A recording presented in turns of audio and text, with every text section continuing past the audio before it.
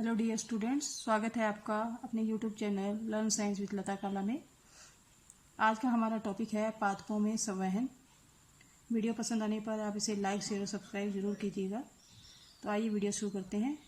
पादपों में संवहन या परिवहन अर्थात ट्रांसपोर्ट इन प्लांट।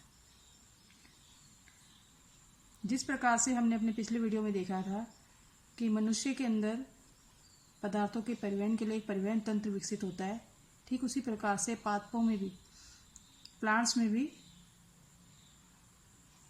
जल और खनिज लवण तथा भोजन के संवहन के लिए एक संवहन तंत्र विकसित होता है। और ये संवहन ऊतक का बना होता है। दो प्रकार के संवहन ऊतक इसमें होते हैं। एक है जाइलम और दूसरा है फ्लोएम।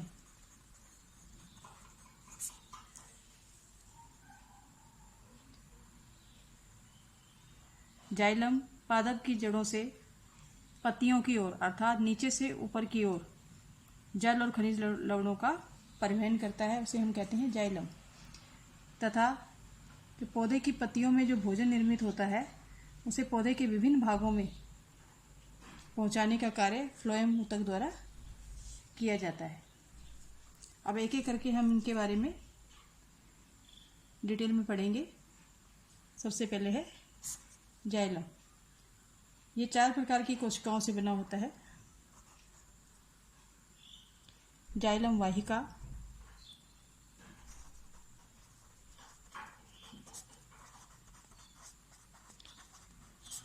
जाइलम वाहिनिका,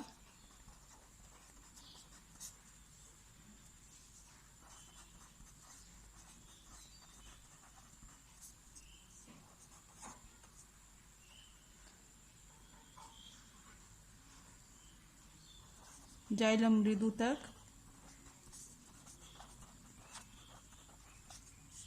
और चौथा है जाइलम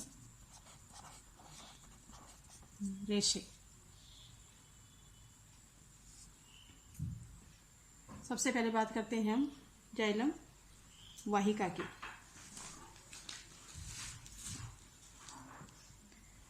तो जाइलम वाहिका जो होती है वो निर्जीव लंबी नलिका होती हैं जो निकास नली की तरह पौधे में फैली रहती हैं।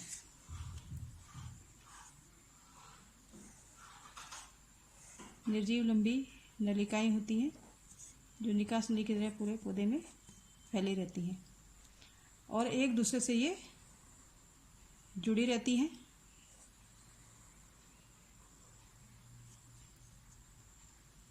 इनके जो सिरों की जो भित्ति होती है वो धीरे धीरे नष्ट हो जाती है, जिससे ये एक लंबी वाहिका निरंतर रूप से पत्तियों तक आपस में इस प्रकार से जुड़ के बनाती हैं। इन वाहिकाओं में कोशिका द्रव्य या केंद्रक नहीं होते हैं और इनकी भित्ति सेलुलोज और लिग्निन की बनी होती है।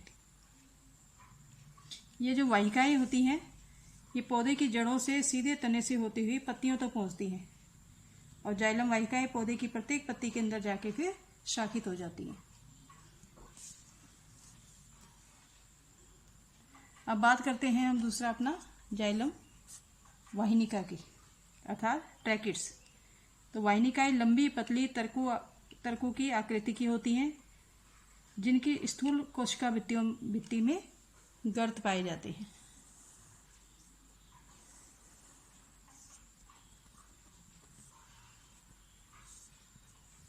और इन गर्तों के द्वारा एक वाहिनिका से दूसरी वाहिनिका में जल का आदान प्रदान होता है। इनके सिरे ऊपर से बंद होते हैं। ये भी मृत कोशिकाएं होती हैं परंतु इनके सिरे क्या होते हैं, खुले नहीं होते हैं और ये लंबी वाहिकाओं की तरह नलिकाएं नहीं बनाती हैं। तीसरा हमारा है जाइलम मृदुतक। ये भोजन के संग्रह का कार्य तथा जाइलम रेशे सहारा देने का कार्य करते हैं।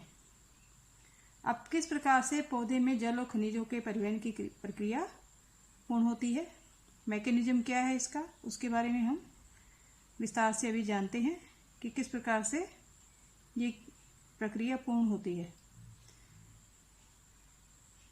तो हमें पता है कि पौधे अपनी जड़ों द्वारा भूमि में जो जल होता है और खनिज लवण होता है उसको ग्रहण करते हैं। और पौधे की जड़ों में क्या पाए जाते हैं, मूल रोम पाए जाते हैं।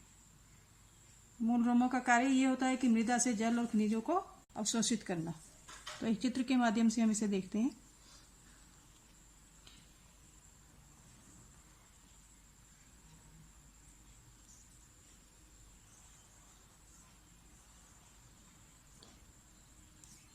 मान लीजिए मूल रोम है जो कि मृदा के अंदर पूरा स्थापित है। ये मृदा के कण हैं और इनके बीच में जल उपस्थित है।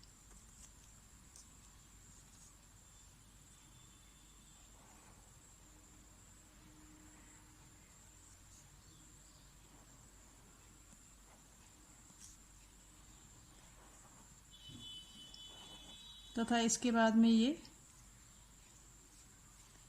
जो जड़ है या मूल है उसकी बाह्य त्वचा, उसका वलकुट, इसके अलग अलग जो पार्ट होते हैं वो है।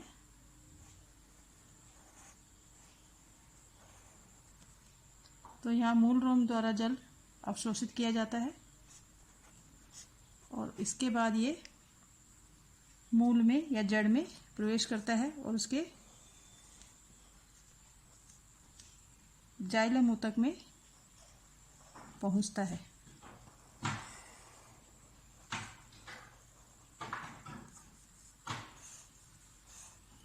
जाइलम ऊतक हमें पता है कि तने में भी और पत्तियों में भी सभी में पाए जाते हैं जाइलम फ्लोएम। यहाँ से एक ये निरंतर स्तंभ बनाता है।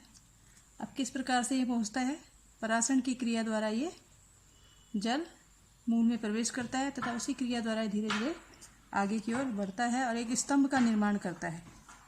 पूरे तने में ये एक स्तंभ का, जल स्तंभ का निर्माण करता है और आगे जाके अनेक शाखाओं में ये शाखित हो जाता है, पत्तियों में जाके।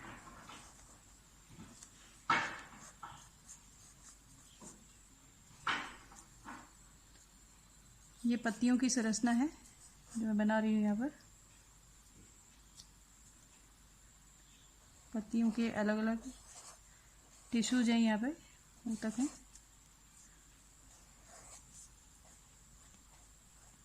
और ये पत्ती की ऊपरी सतह तथा ये उसकी नीचे वाली सतह है।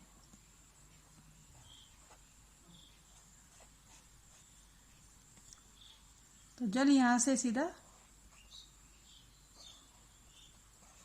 पत्तियों में प्रवेश करता है।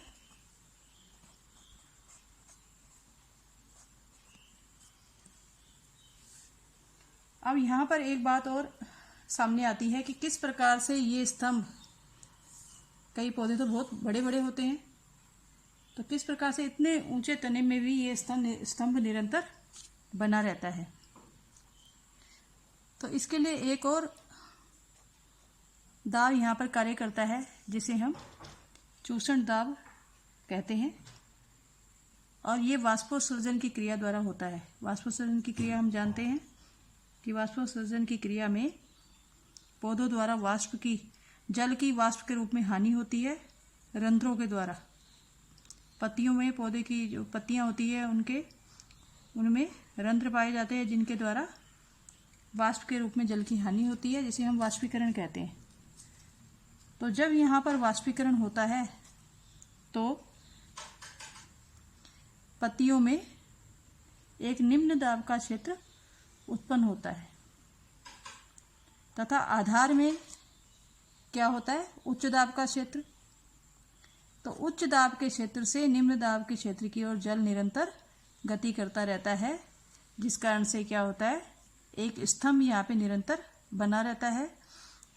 इसकी कल्पना हम ऐसे कर सकते हैं कि जैसे हम जूस पीते हैं तो जूस पीने के जो स्ट्रॉ हम काम में लेते हैं एक नलिका हम काम में लेते हैं जूस पीने के लिए, स्ट्रॉ जो होती है, फ्रूटी वगैरह जो भी पीते हैं, तो जब हम उसको अपने मुंह पे लगाते हैं, चूसते हैं, तो हम वहाँ पर निम्न दाब का क्षेत्र उत्पन्न करते हैं और नीचे की ओर उच्च दाब के क्षेत्र से हमारे मुंह तक, निम्न दाब के क्षेत्र तक एक निरंतर स्तंभ, उस जूस का स्तंभ हमारे उस पाइप में बनता है। ठीक उसी प्रकार का ये दाब यहाँ पर उत्पन्न होता है, जिसे हम चूषण दाब कहते हैं। हम इसे ऐसे भी कह सकते हैं कि पत्ती की कोशिकाओं से जल का लगातार वाष्पीकरण एक प्रकार का चूषण उत्पन्न करता है, जो जाइलम वाहिकाओं से होकर जल को ऊपर खींचता है। तो ये क्या है? ये क्या था हमारा?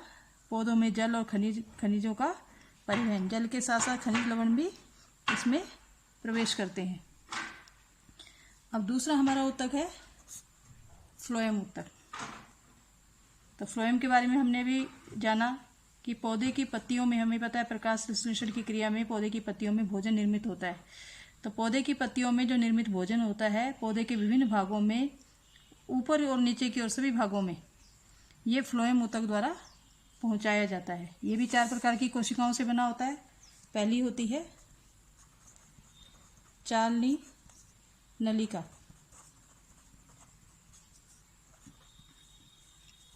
दूसरी सह कोशिकाएं। कई जगह आपको इसका नाम सहचर कोशिकाएं या कंपेनियन सेल भी मिलेगा। फ्लोएम मृदुतक और फ्लोएम रेशे। यहाँ भी मुख्यतः भोजन के परिवहन का कार्य चालनी नलिका और सह कोशिकाओं द्वारा किया जाता है। चालनी नलिका, जिस प्रकार से जाइलम की वाहिकाएं थी वो एक निरंतर स्तंभ का निर्माण कर रही थी, उसी प्रकार से फ्लोएम भी लंबी नलिकाओं के रूप में एक छोर से दूसरी छोर तक जुड़ी हुई कई कोशिकाओं का बना होता है। तो ये कोशिकाएं जो फ्लोएम को बनाती हैं, इनकी भित्तियां पूर्ण रूप से नहीं टूटी होती हैं। जैसे हमने इसे देखा था कि भित्ति इसकी गल जाती है और ये एक ही नलिका का निर्माण करती है। तो हम यहाँ चालनी नलिका की स्ट्रक्चर को जानते हैं कि क्या होती है चालनी नलिका की स्ट्रक्चर।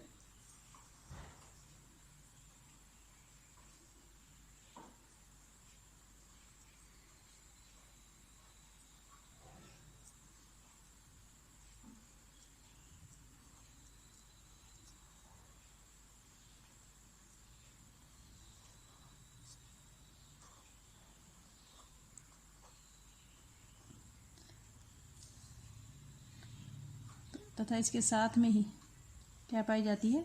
सह कोशिका पाई जाती है।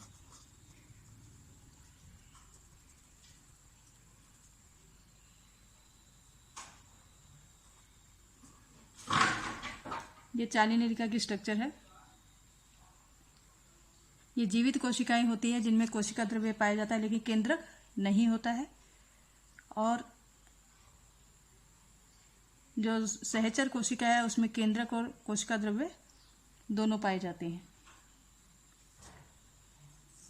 तो किस प्रकार से फ्लोएम के द्वारा भोजन का स्थानांतरण पौधे के सभी भागों में होता है उसके बारे में हम जानते हैं।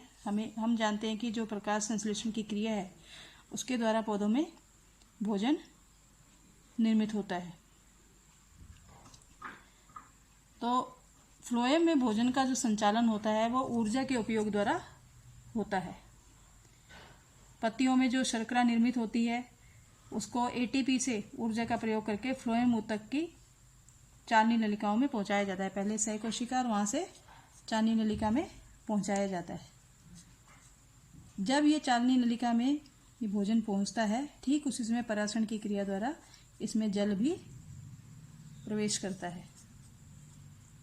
जब इसमें जल प्रवेश करेगा तो क्या होगा? इसका दाब उच्च हो जाता है। इसका दाब उच्च हो जाता है।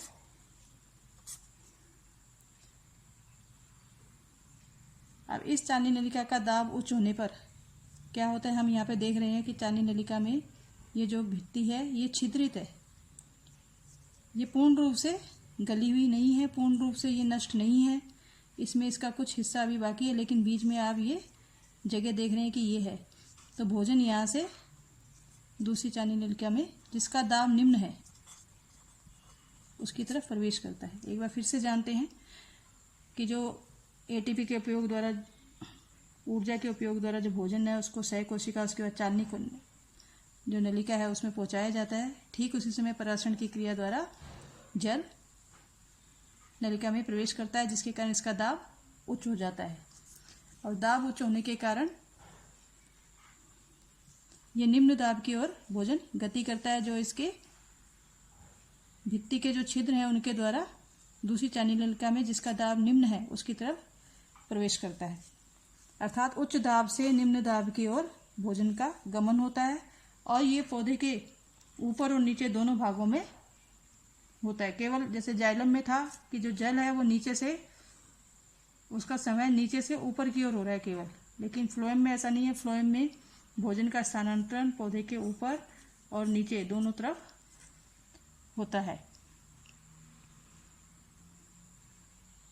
इस प्रकार से हमने देखा कि पौधे में संवहन के लिए जाइलम और फ्लोएम दोनों ऊतकों की विशेष क्रियाविधि कार्य करती है। तो ये वीडियो आपको कैसा लगा, आप कमेंट्स बॉक्स में कमेंट करके ज़रूर बताइएगा कि आपको कैसा लगा।